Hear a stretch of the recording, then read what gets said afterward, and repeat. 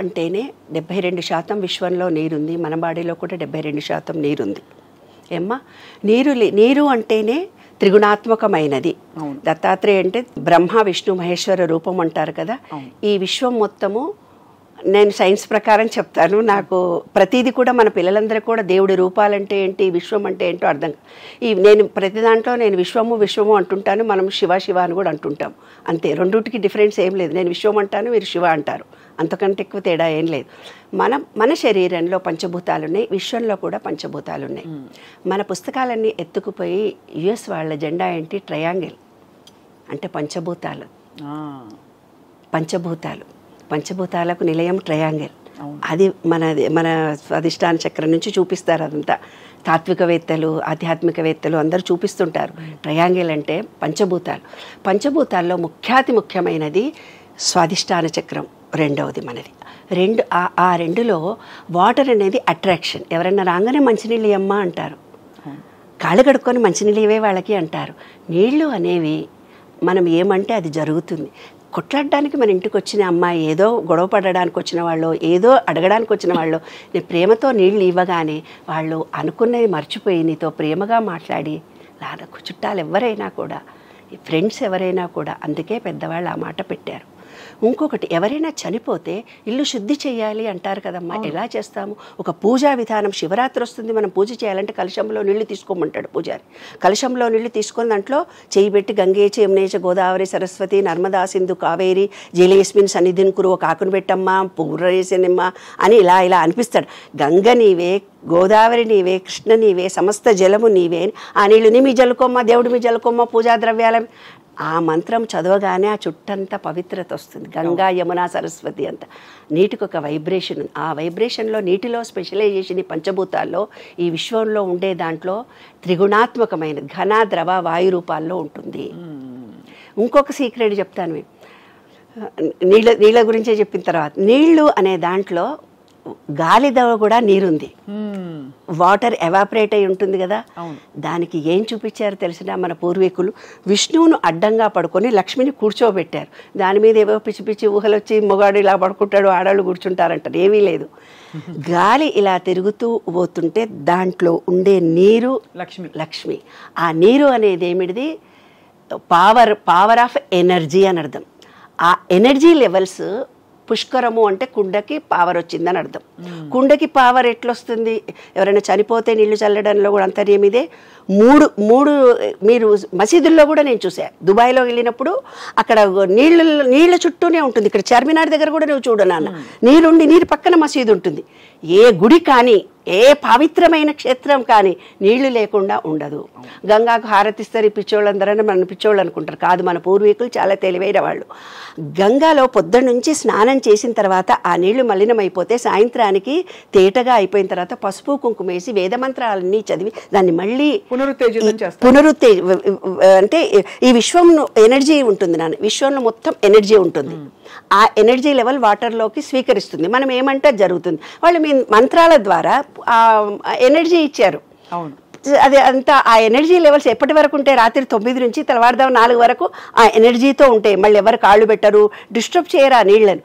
తెల్లవారుదామన్న 4 గంటలకు పోయి ఫస్ట్ దేవుడికి తెచ్చి అభిషేకం చేసి తీర్థానికి వాడుకుంటారు. అప్పుడు పూజారులు స్నానం చేస్తారు. మహాకుంభమేళ కంటే చిన్నజీయర్ స్వామి కూడా ఇక్కడ కలశాల నీళ్లు తెచ్చి ఆ మంత్రాలన్నీ చదివి వారు శంషాబాద్ వెళ్ళొచ్చాను, నన్ను పిలిచారు వాళ్ళ ట్రస్ట్ వాళ్ళు. అక్కడ వాళ్ళందరూ స్నానాలు చేశారు అన్ని నీళ్ళలు. అంటే నీవు వెళ్ళలేని పరిస్థితిలో ఉన్నావు నాన్న కుంభమేళ. ఇప్పుడు నీవు ఇంట్లో కూడా గంగే చ యమునే చ గోదావరి సరస్వతి నర్మదా సింధు కావేరి, ఈ పవిత్రమైన నీళ్లు గంగా యమున సరస్వతి పుష్కర మహిత్యం వచ్చింది. నువ్వు స్నానం చేస్తే ఇక్కడున్నా కూడా వస్తుంది. అంటే అదే భావన కలిగితే. ఇప్పుడు కుంభము అంటే బిందెలో నీళ్లకు పవర్ వచ్చిందని చెప్పారు. ఇప్పుడు చూడమ్మా, సైన్స్ టెక్నాలజీ ప్రకారం ఇప్పుడు మీరు సెల్ ఫోన్ ఇచ్చి ఇది వైఫై మేడము, ఇది యూట్యూబ్ మేడము, దీంట్లో ఇది నొక్కాలి, నెట్ నొక్కాలి, అవి నొక్కాలి. అదేదో మొన్న రోబో సినిమా వస్తే నాకు ఒక్క ముక్క కూడా అర్థం కాలేదు. మేము పెద్దవాళ్ళం కాబట్టి మాకు ఆత్మ, పరమాత్మ, జన్మ ఆ టెర్మిన. ఎందుకంటే 1000 సంవత్సరాల క్రితం సాంస్క్రిటే ఉంది. సాంస్క్రిట్లో భావాలను వాళ్ళు పెట్టారు. సూర్యుడు అంటే ఏమిటిది? విబ్జిఆర్లోని 7 రంగులు, కానీ ఒక గుర్రం 7 గుర్రాలు ఇచ్చారు. అట్లా మనకు కొన్ని గుర్తుల చేత అలా ఇచ్చారు. విష్ణు కూడా పడుకొని లక్ష్మి ఉండడం వాటర్లో ఎనర్జీ ఉందని అర్థమైంది కదా. ఇప్పుడు ఇప్పుడు ఒక కుండకు పవరే వచ్చిందంటే గంగకు వస్తుంది, గోదావరికి వస్తుంది. వాళ్ళ లెక్కల ప్రకారము ఆ ఎనర్జీ, విశ్వంలో ఎనర్జీ ఒక చోట ఉండదు, తిరుగుతూ పోతుంటుంది. ఎనర్జీ అప్ అండ్ డౌన్స్ వస్తుంటుంది. అందుకే మన జీవితంలో కూడా కొన్ని కష్టాలు సుఖాలు వస్తాయి. ఎప్పుడు సుఖంగా ఉండం, ఎప్పుడు కష్టంగా ఉండం. అంటే రాత్రి పగలులాగా, రాగద్వేషాలలాగా, భార్యాభర్తలులాగా పొలారిటీస్. మీరు పొలారిటీస్ అంటున్నారు, నేను వ్యతిరేక భావము అంటున్నాను. ప్రతిదానికి ఒక వ్యతిరేక భావం ఉన్నట్టుగానే energy levels up and down వస్తుంది. ఇప్పుడు ఈ నీటికి వచ్చింది, గంగాకు ఒకదానికే వస్తే కాదు, సరస్వతి యమున, గంగా యమున సరస్వతి మూడిటికి వచ్చింది. దాన్నే మహాకుంభమేళ అన్నారు. ఇది 140 సంవత్సరాలకు వస్తుందని పూర్వీకులు లెక్కగట్టి మనకు చెప్పారు. కాబట్టి ఆ నీళ్లకు పవర్ వచ్చింది. కాబట్టి ఆ రోజే అన్ని గ్రహాలు ఒకటే లెవెల్లో తిరుగుతున్నాయి. ఈ విశ్వం మొత్తం ఎనర్జీ తిరుగుతూ పోతుంటుంది, అప్ అండ్ డౌన్స్ ఉంటుందని చెప్పాను కదా. ఏ రోజైతే పుష్కరం వచ్చిందో ఆ రోజు నుంచి కూడా ఈ విశ్వం మొత్తం ఎనర్జీతో నిండి ఉంది. మనం ఇక్కడ ఉండి కూడా మంచి మాట, మంచి ఆలోచన, పాజిటివ్ థింకింగ్ చేసేవాళ్ళు. మీరు ఏ కోరికలు కోరుకున్నా తీరే సమయం ఆసన్నమై, మన పొట్ట ఖాళీగా ఉంచుకోవడం, పళ్ళు, శరీరానికి విశ్రాంతి ఇవ్వడం అవసరం.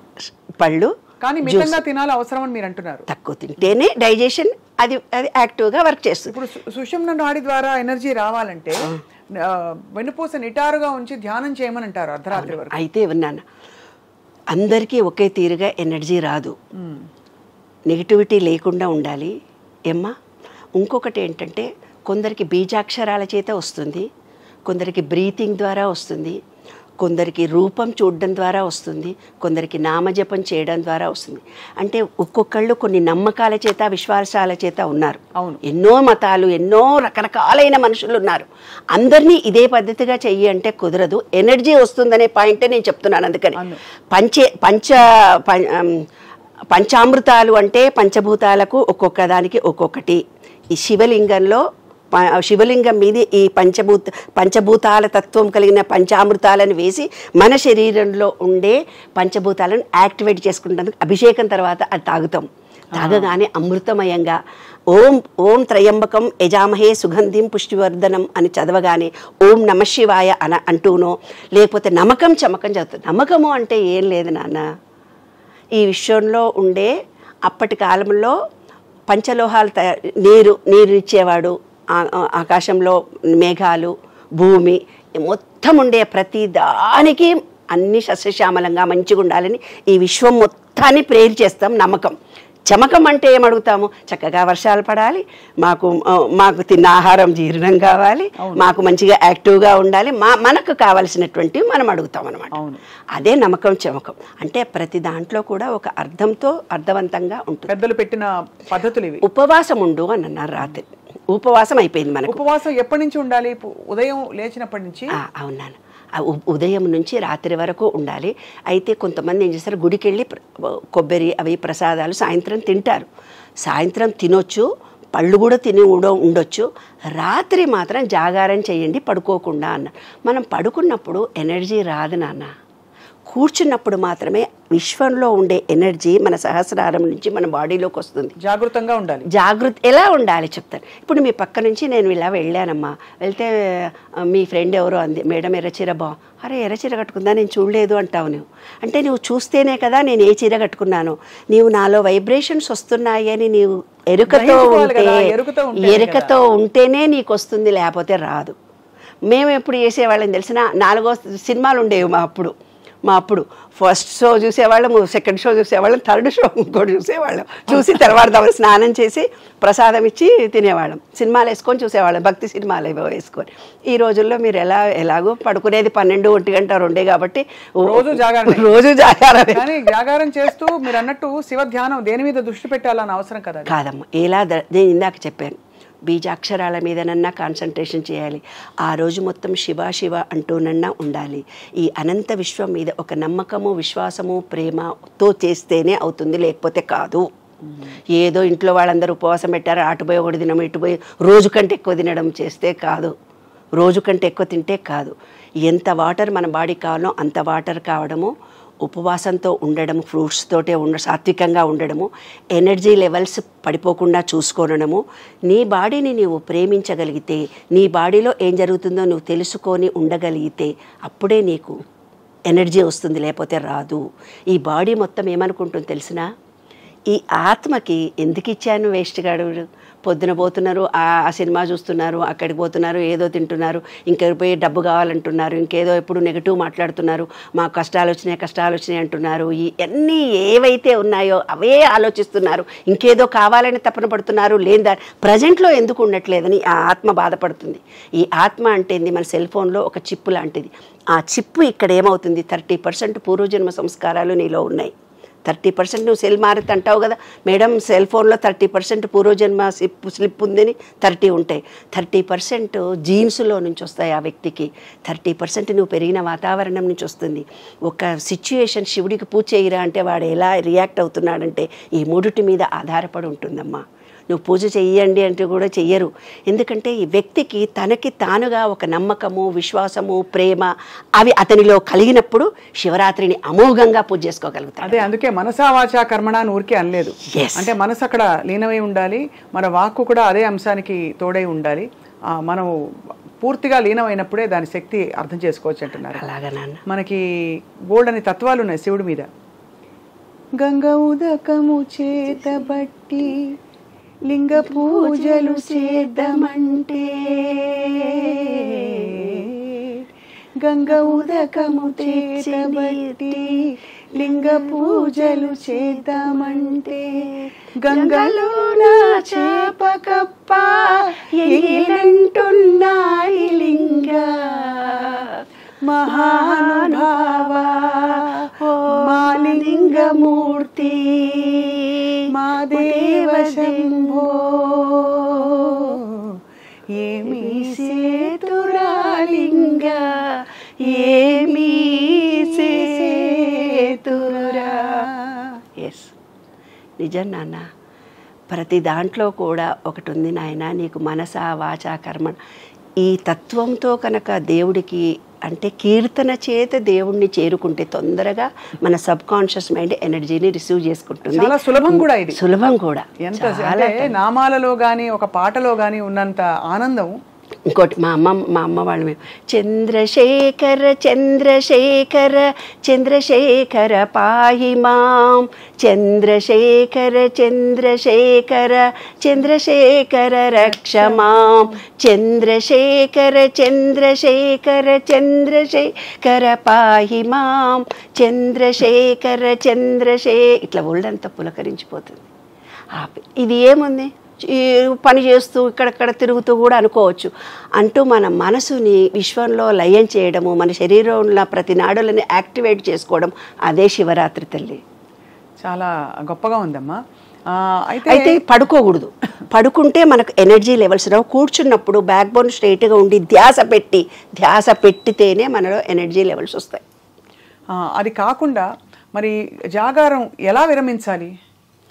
జాగారం విరమించడం అంటే 4 గంటల వరకు భగవంత్ నామం చేసిన తర్వాత మళ్ళీ తలస్నానం చేసి వచ్చి ఆ దైవారాధన దగ్గర ఒక్కొక్కళ్ళ ఇంట్లో ఒక్కొక్క పద్ధతి, కొందరు గుడికి వెళ్తారు, కొందరు ఇంట్లోనే వదిలిపెడతారు. నేను మౌనవ్రతాలు చేస్తా, నెలలు మాట్లాడను ఎవరితోటి. అట్లా నేను త్రయోదశి చతుర్దశి అమావాస్య, త్రయోదశి చతుర్దశి పౌర్ణిమ మౌనవ్రతం చేస్తాను. మౌనవ్రతం అనేది 4 o'clock నేను అనుకొని నెక్స్ట్ డే 4 o'clock అయిపోతుంది. అంటే దేవుడి గదిలోకి వెళ్ళే మనం చెయ్యక్కర్లేదు, మన అంతరంలో ఉన్నటువంటి ఎనర్జీ అనేదే శివుడు, ఆయనకు మనం చెప్పుకుంటే చాలు. అయితే పూర్వీకులు మనకు సిస్టమేటిక్గా కొన్ని టర్మ్స్ అండ్ కండిషన్స్ పెట్టారు. స్నానం చేసినాకనే దేవుడి గదిలోకి వెళ్ళాలి, దేవుడికి ఇలాగే ఆరాధన చేయాలి, ఆ రోజు వంటలన్నీ వండి తొందరగా 4 గంటలకి లేస్తారు కదా నాన్న, తొందరగా 6 గంటలకల్లా వంట అయిపోతుంది, ఆరగింపు పెట్టేసి 7 గంటలకల్లా తింటారు. అయితే ఆ రోజు మనకు మత్తుగా నిద్ర వస్తుంది. మధ్యాహ్నం ఖచ్చితంగా మధ్యాహ్నం నిద్రపోకూడదని చెప్పారు నాన్న. అంటే ఆ ఎనర్జీ అసిమిలేట్ అవ్వడానికి కూడా మరి మనకి కొంత ఎనర్జీ వచ్చాక కూడా అది మొత్తం కంప్లీట్గా మధ్యాహ్నం దాకా ఎనర్జీ లెవెల్స్ వస్తూనే పోతుంటాయి. మళ్ళీ మనం పడుకుంటే ఆ ఎనర్జీ లెవెల్స్ మన బాడీ రిసీవ్ చేయదని పడుకోవద్దు అని చెప్పారు. కాబట్టి శివరాత్రి అయిన మరునాడు 12 o'clock 1, 3, 4 వరకు నిద్రపోనివాళ్ళు. అది అయితే అమ్మ సృష్టి స్థితి లయ, బ్రహ్మ విష్ణు మహేశ్వరులు, శివుడు లయకారకుడు కదా. శివరాత్రి తర్వాత ఎటువంటి మార్పుల కోసం మనం ధ్యానం చేసుకున్నప్పుడు కానీ ఏముండాలి, మన మన సంకల్పం ఏమని ఉండాలి?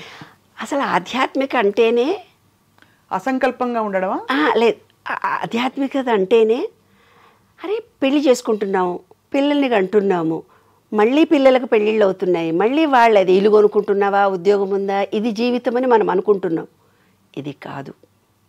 జీవితం అంటే ఏమిటి, అసలు నేనంటే ఏమిటి, నా బాడీ ఇందులోకి ఎందుకు వచ్చింది అంటే నీవు కొన్ని నీ జన్మ కొన్ని నిర్ణయించుకొని నువ్వు పుడతావు.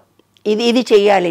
ఎవరో నిన్న ఒక ఆయన వచ్చి ఆమె చనిపోయిండు, ఆయన ఎట్లా చచ్చిపోయిండు, ఆయన ఇట్లా చేసిండు అంటే నేను ఆయన నిర్ణయించుకున్నాడు, చచ్చిపోయాడు. ఆయన చచ్చిపోతాడని నువ్వు ఎందుకు బాధపడతావు? ఆయన జన్మ అంతవరకే ఉంది. మనం ఇప్పుడున్న ఈ జన్మలో నేనేంటి, నా జీవిత సార్థకత ఏంటి, నేను ఏమి నేర్చుకుంటే మళ్ళీ ఈ అజ్ఞానంలో పడను, ఏ జ్ఞానాన్ని నేను పొందాలి. పెళ్లి చేసుకోవడము, పిల్లలు కనడము అంటే బుద్ధుడి సిద్ధాంతం ద్వారా నేను చెప్పాలంటే టైం పడుతుంది. మరి చెప్పొచ్చు అంటే చెప్తాను నేను. పర్వాలేదమ్మా, క్లుప్తంగా చెప్పండి అమ్మా. చాలా ముఖ్యమైనటువంటి అంశం నాన్న ఇది. ఎవరైతే అసలు జీవితం నేను అంటే ఏమిటి, బుద్ధుడికి జ్ఞానోదయం కలిగిన దాంట్లో ఏం తెలుసుకున్నాడో తెలుసా? ప్రతి మనిషిలో కూడా పెళ్లి చేసుకుంటున్నాను, అప్పులు అంటారు, ఇల్లు లేదంటారు, మనకు వందల సమస్యలు చెప్పుకుంటూ ఉంటారు. ప్రతి వాళ్ళు అంగలుకలు పుట్టారని, ఇల్లు లేదని, వాడు నన్ను సతాయించడని, ఆస్తి దొబ్బేశారని ఎన్నెన్నో చెప్తుంటారు. లక్షల కోట్ల సమస్యలతో మనుషులు ఉంటారు. ఎందుకంటే అవే ఆలోచిస్తున్నారు కాబట్టి అవే వాళ్ళు పొందుతున్నారు. సీక్రెట్ అది. కానీ నేనంటే ఏమిటి, ఈ బాధలు పడడం అనేది ఎవరికైతే ఒక వ్యక్తికి నేను అని తెలుసుకోవాలి అనుకున్నప్పుడు అతనికి బాగా డబ్బు మీద ఇష్టం అనుకో నాన్న, డబ్బులో లాస్ వస్తుంది. వానికి పెళ్ళామంటే పిచ్చి ప్రేమ ఉంటుంది, మొగుడంటే పిచ్చి ప్రేమ ఉంటుంది, ఆ మొగుడితోటే సమస్య వస్తుంది. లేదు పెళ్ళామంటేనే ఇష్టం, ఆ పెళ్ళాంతోటే సమస్య వస్తుంది. పిల్లలంటే ఇష్టం కొంతమందికి, ఆ పిల్లలతోటే సమస్య వస్తుంది. కొంతమందికి మాట మాట్లాడి నేను ఒక అథారిటీగా ఉండాలనిపిస్తుంది, వాడికి ఆ కీర్తిలోనే అవమానాలు పొందుతూ పోతుంటాడు. అంటే దేన్నైతే మనం మోహిస్తామో అది దాని నుంచి మనం ఈ విశ్వ నియమాల్లో ఒకటి ఏంటంటే భార్యాభర్తలు రాత్రి పగలు చీకటిలాగా నీవేది కోరుకుంటావో దాంట్లోనే నువ్వు నెగిటివ్ అనుభవిస్తావు. ఓహో, అది అన్నమాట. కాబట్టి మనకు అందరూ ఏమన్నారు తెలిసిన, చంద్రబాబు నాయుడుని అరెస్ట్ చేశారు, నీకేం బాధ లేదా అని అడిగారు. చంద్రబాబు నాయుడు అంటే ఇష్టమే, అరెస్ట్ చేశారంటే నువ్వు దొంగ దొంగ దొంగ దొంగ దొంగ అని ఆయన మీటింగ్లో జగన్ గురించి అన్నారు కదా నాన్న. అన్నప్పుడు ఏమింది, ఈ విశ్వానికి ఎవరిని అంటున్నాడో తెలియదు. జైల్లో ఉంటావు, నువ్వు జైల్లో ఉండొచ్చు, నువ్వు జైలుకి వెళ్తావు అని ఆ సబ్ కాన్షియస్నెస్ అనుకొని ఆయన జైల్లో పెట్టిపోయింది. అంటే మన సబ్ కాన్షియస్ మైండ్కి నీవు మంచా చెడా తెలియదు నాన్న, నీవు కోరుకున్న కోరిక మాత్రమే తెలుస్తుంది. నీవైతే రిపీటెడ్గా ఇప్పుడు నా దగ్గరకు ఒకళ్ళు వస్తారు, వద్దు వద్దు వద్దు అనుకుంటే కూడా దాన్ని కావాలి కావాలి కావాలని వస్తుంది. ఎందుకో చెప్తాను నేను. జపం అంటే ఏంటి నాన్న, ఇప్పుడు శివ జపం చేయాలని మనం ఇందాక అనుకున్నాం. ఎందుకు చేయాలి జపం అంటే ఒక అక్షరానికి పదే పదే అంటే దానికి ఆ శక్తి కలుగుతుంది.